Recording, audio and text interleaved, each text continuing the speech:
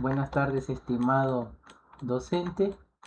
Quien les habla es Juan Carlos Hidrobo Cárdenas. Hoy les tengo una pequeña exposición sobre lo que es comprendiendo el derecho positivo, sus estructuras, fundamento y reflexión. Agradeciéndole al docente, el abogado de Edison Fabricio Ayala Andrade.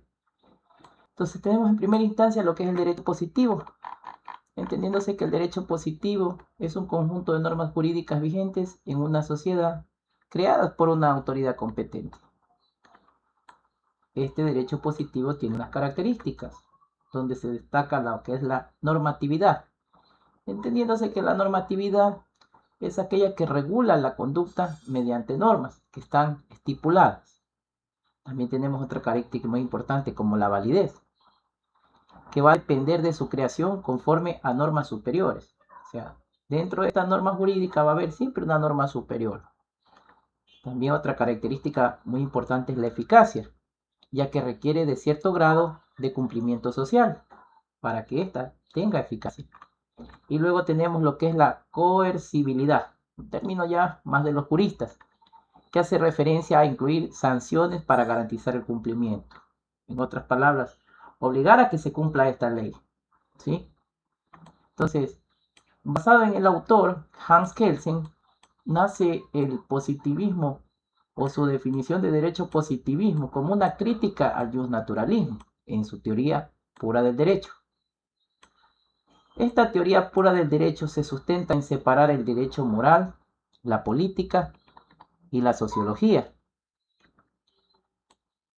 basado ese constructo en lo que es una norma jurídica, ya que es el sentido objetivo de un auto autorizado por una norma superior. Se estructura en un sistema escalonado desde una norma fundante, denominada ground norm, hasta normas individuales. Ahora nos preguntaremos, ¿pero qué es una norma fundante? Cuando nosotros hablamos de una norma fundante, podríamos definirla como una identidad que el Estado establece en la Constitución para que se garantice ciertos derechos. Es decir, establecer aquellos principios rectores como la justicia, la democracia, la soberanía, la interculturalidad, entre otros. Y estos siempre son determinados por el gobierno, por la república y son descentralizados.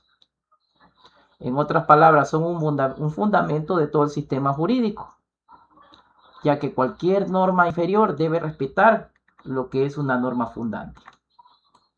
Por ejemplo, vamos a irnos a lo que es la Constitución ecuatoriana, donde hay un artículo que menciona que el Ecuador es un Estado constitucional de derechos y justicia social, democrático, soberano, independiente,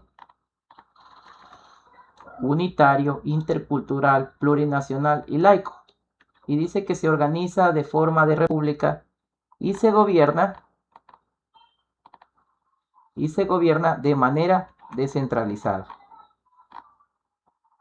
Bueno, haciendo referencia a este ejemplo, pues,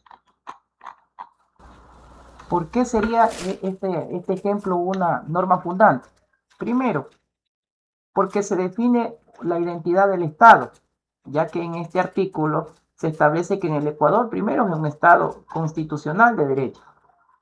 Segundo, establece principios rectores, como son la justicia, la democracia, la soberanía, la interculturalidad, entre otros. Tercero, determina la forma de gobierno, indicando que somos un gobierno republicano y que somos descentralizados.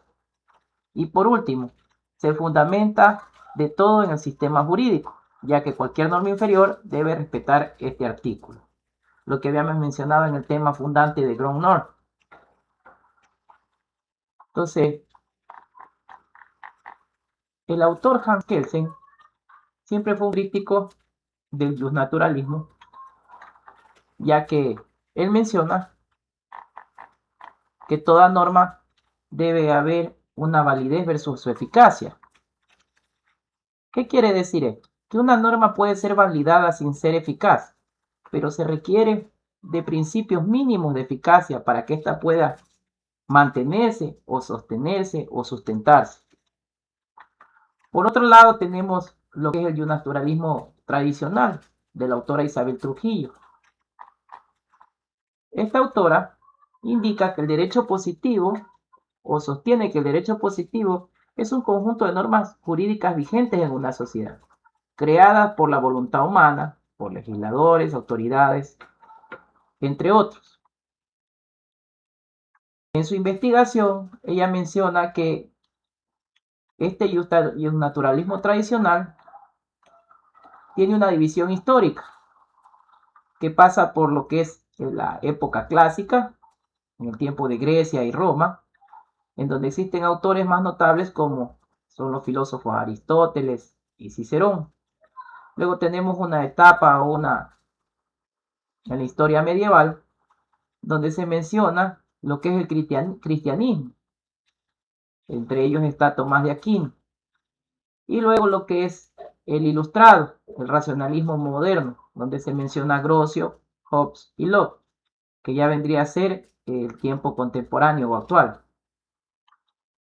Dentro de su estructura, ella menciona que existen dos métodos, el bottom-up y el top-down.